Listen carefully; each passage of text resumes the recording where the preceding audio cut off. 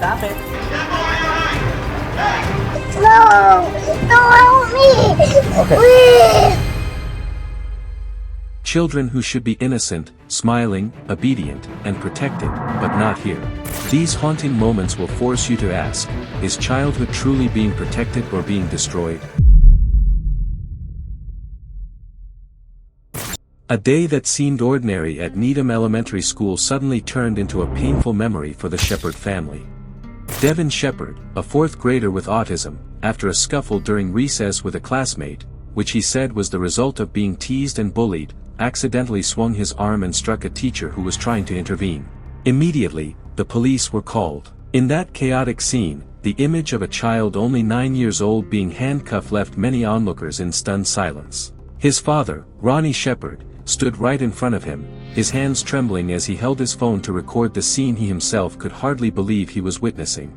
Do you think your father's or anything, buddy? You need mom and dad? The father tried to contain the anger swelling in his chest to remain calm, his voice choked but still gentle as he spoke to his son.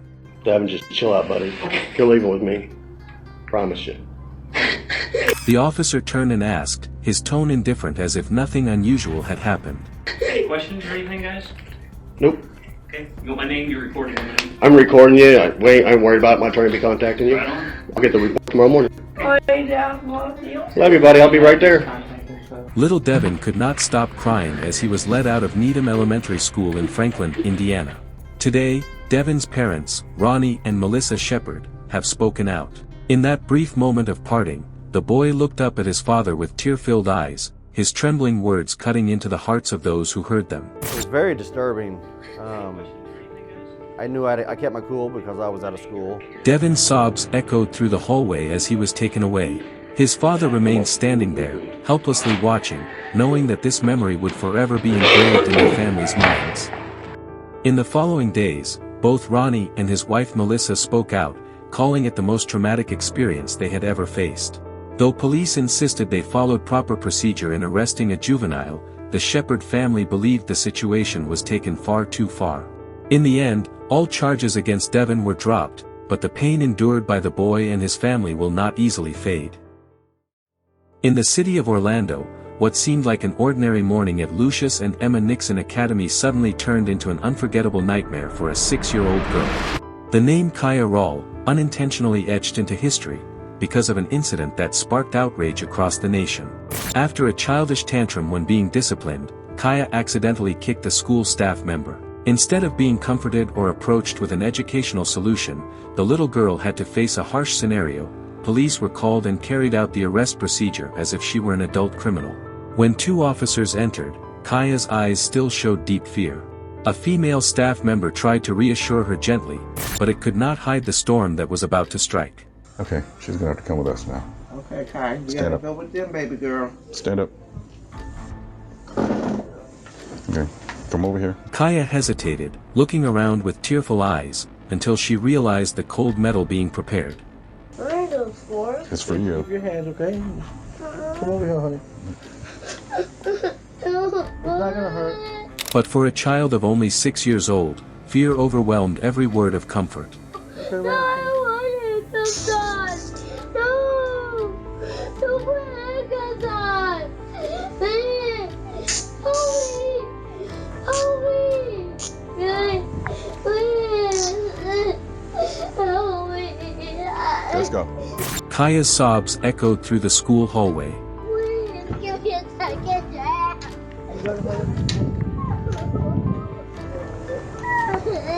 I don't want to do this. No. Please. Please. Please. Kaya was taken to the police car, her tiny hands cuffed, and only minutes later she had to endure terrifying procedures, a mugshot photo, fingerprinting, just like a real criminal. When the news spread, her grandmother, Marilyn Kirkland, broke down in tears of grief and anger. 6-year-old child should be able to tell somebody that they had handcuffs on them and they were riding in the back of a police car and taken to a juvenile detention center to be fingerprinted, mugshot. She insisted the police had violated their own policy. To arrest a child under 12 years old, a supervisor's approval was required. But here, no one stopped it. This shocking incident sparked outrage across the United States, turning the name Kaya Rawl into a heartbreaking symbol of the question: how has society failed when it chose to handcuff instead of extend a hand to protect a child only 6 years old? A quiet afternoon in Albuquerque suddenly turned into a nightmare. Two young brothers, one 9 years old and the other 7, unexpectedly appeared in a neighbor's backyard holding a loaded handgun. In the hands of children, that deadly weapon became an unimaginable threat. Deputy sheriffs immediately rushed to the scene. Put it down for me, okay? You're not in trouble, but you have to drop that. The 9-year-old boy hid the gun behind his back, while his 7-year-old brother lunged to grab it. Drop it, buddy. Put it down, babe. The younger brother finally managed to hold on to the gun. One deputy reassured them gently. It's okay. You're not in trouble, buddy. But safety was hanging by a thread. Commands continued to pour out, urgent like prayers. Can you put it down for me? Just put it down. Meanwhile, the two boys, dressed in pajamas printed with Minecraft and Star Wars, still stood there holding death in their tiny hands. Police decided to open fire. Drop it! Drop it! But instead of surrendering, the 9-year-old suddenly pointed the gun directly at police. His tiny finger pulled the trigger. A frozen moment, the line between life and death, and then, the gun jammed.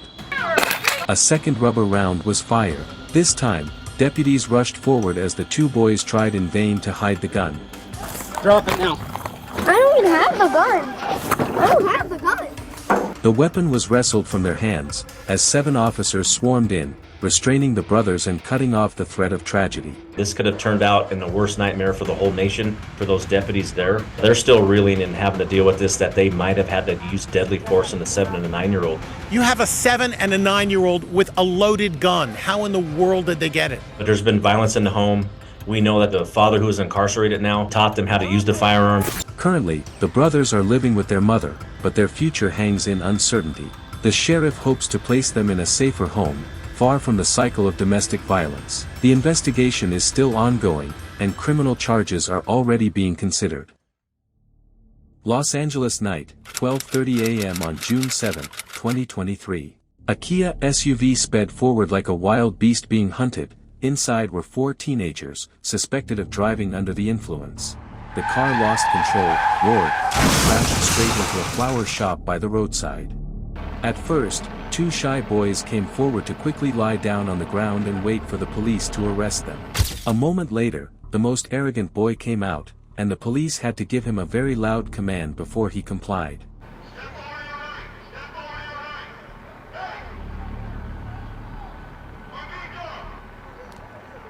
The police ordered the boy to lie down. Last, a black boy came, but he quickly listened to the police and lay down. When he was arrested, the boy in the gray short-sleeved shirt continued to act impulsively and resist. Unfortunately, one boy collapsed and had to be taken to the hospital immediately. All 4 teenagers were taken into custody. The night came to an end, but its aftershocks still echoed, a flower shop reduced to rubble, for young lives now staring into the shadow of the law. On May 27, 2022, America was shaken by an unprecedented scene, a boy only 10 years old, his small hands shackled in handcuffs, being escorted away as camera flashes lit up around him. The boy was quickly identified as Daniel Marquez, a 5th grader in Florida. Police stated that just 4 days after the Uvalde, Texas school massacre, Daniel had sent a Google image of 4 assault rifles to a friend with the caption, "I bought this." Shortly after, another text followed, "Get ready for water day." Within hours, after the other boy's father contacted authorities, Daniel was handcuffed and taken to a juvenile detention center near Naples. What sparked the greatest outrage? His mugshot was released without being blurred, even though Daniel is still a minor. In an exclusive interview, his father, Derek Marquez, an Army veteran, spoke out in defense of his son. Your son, is he a troublemaker? Does he have any kind of history of making threats? He's never been in trouble. He's never had any type of disciplinary action, not even in school. Do you understand, does Daniel understand that sending these messages after what we saw in Texas? I don't think Daniel really understood the gravity of the situation.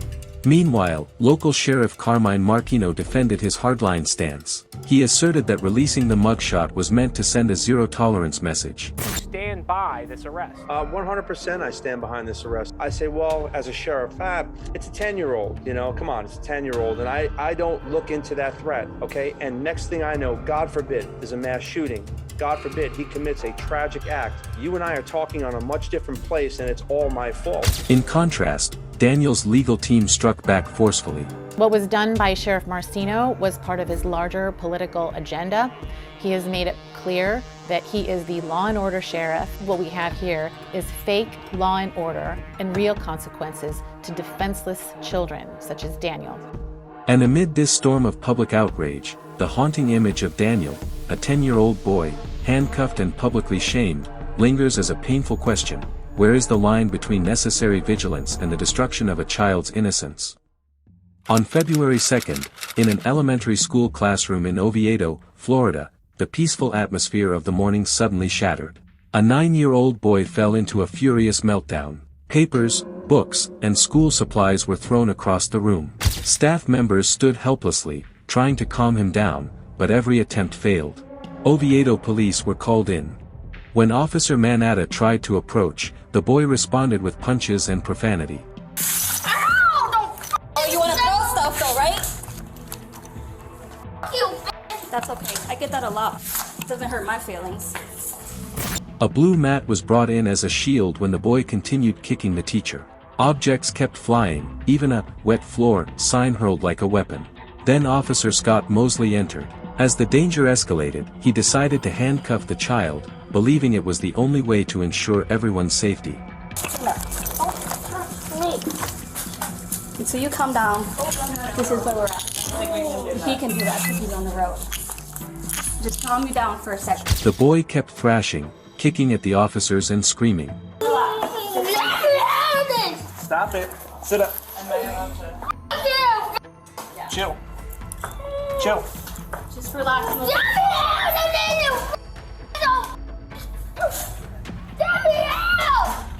Need to chill. Stuff. We can take the handcuffs. The cuffs were locked loosely around his wrists but prevented escape.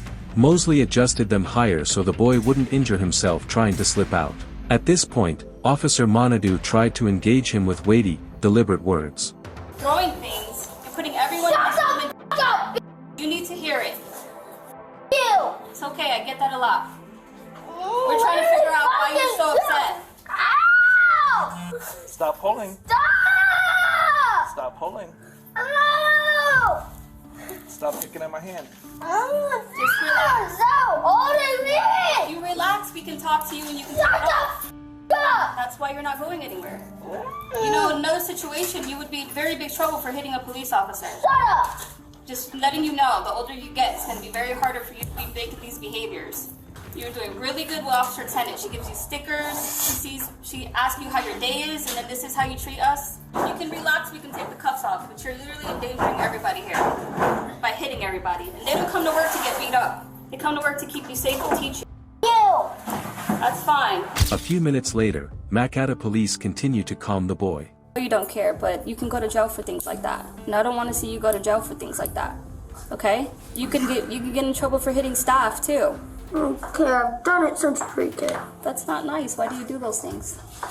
Because the teachers. But why? They're only trying to teach you. Okay. But we want to get you off those cuffs, so I mean, you're trying to get off the cuffs. We can easily open them if you just comply and talk to everybody to see what's going on with you while you're having a rough morning. You're trying really hard to take those cuffs off, and we want to take it off, trust me. In the end, thanks to the gentle words of a teacher, the boy gradually calmed down. The cuffs were removed. Thanks, bud. Good job, buddy. Soon after, he was taken to the school guidance counselor's office. But the matter did not end there. His parents filed a lawsuit against the city and the police department, arguing that handcuffing a 9-year-old child in the middle of a classroom was a deeply harmful act that worsened their son's behavioral condition. The family's lawyer declared firmly, children should never be handcuffed in school, and the system failed when it chose coercion over compassion. The lawsuit remains ongoing, a warning bell for both the education system and law enforcement, a reminder of just how fragile the line is between maintaining safety and destroying the trust of a fragile childhood.